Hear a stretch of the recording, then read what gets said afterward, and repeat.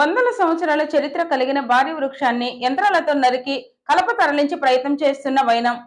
ఏలూరు జిల్లా నూజివీడు మండలం తుకులూరు అడవి ఆంజనేయ స్వామి ఆలయం వద్ద R&B రహదారి వెంబడి ఉన్న వందల సంవత్సరాల నాటి వృక్షం ఎటువంటి అనుమతులు లేకుండా వృక్షాన్ని నరికి కలప తరలిస్తున్న తరుణంలో అడ్డుకున్న గ్రామస్తులు, R&B మరియు అటవీ శాఖల నుండి ఎటువంటి అనుమతి తీసుకోకుండా భారీ రావి చెట్టును నరికిన కూలీలు, భారీ వృక్షాన్ని నరుకుతుండటంపై వెంటనే అధికారులు స్పందించి చర్యలు తీసుకోవాలని కోరుతున్న స్థానిక ప్రజలు.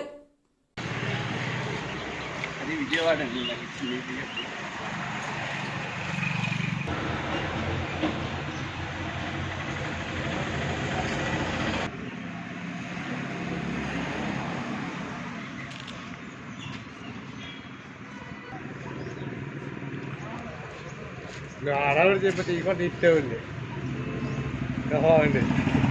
తీసుకెళ్ళండి ముందు స్టేషన్కి. నీకేం సంబంధం ఇక్కడ చెట్టు కట్ చేయడానికి?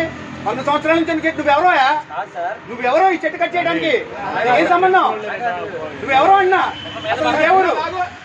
ఎవరు అన్నా? నా పేరు పాలటి విజయ్ కుమార్ అండి. మాది ఏలూరు జిల్లా నూజివీడు మండలం తుక్లూరు గ్రామం.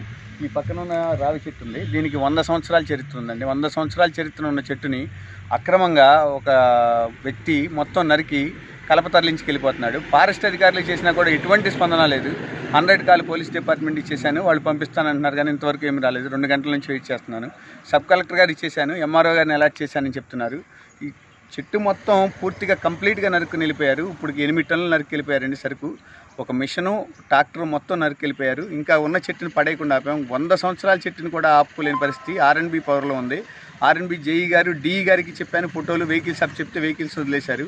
ఆ వెహికల్స్ సెటిల్ని కూడా తెలియదు. 8 టన్నుల సరుకు అండి ఇప్పుడు బయటకు వెళ్ళిపోయింది. ఆ రావి చెట్టు మొదలు వెళ్ళాలంటే ఫారెస్ట్ పర్మిషన్ కావాలి. ఎటువంటి అనుమతులు లేవు. R&B సైట్లో ఉన్న 100 సంవత్సరాల చెట్టు, కొన్ని లక్షల మందికి నిర్ణయించిన చెట్టు నరికి వెళ్ళిపోతున్నారు. ఈ రెవెన్యూ యంత్రాంగం కానీ, R&B యంత్రాంగం కానీ, సబ్ కలెక్టర్, కలెక్టర్ గారు కూడా దీని మీద చర్య తీసుకుంటారని భావిస్తున్నాను. నియంత పోకడకి చెక్ పెట్టాలనేది నా ఉద్దేశం అండి.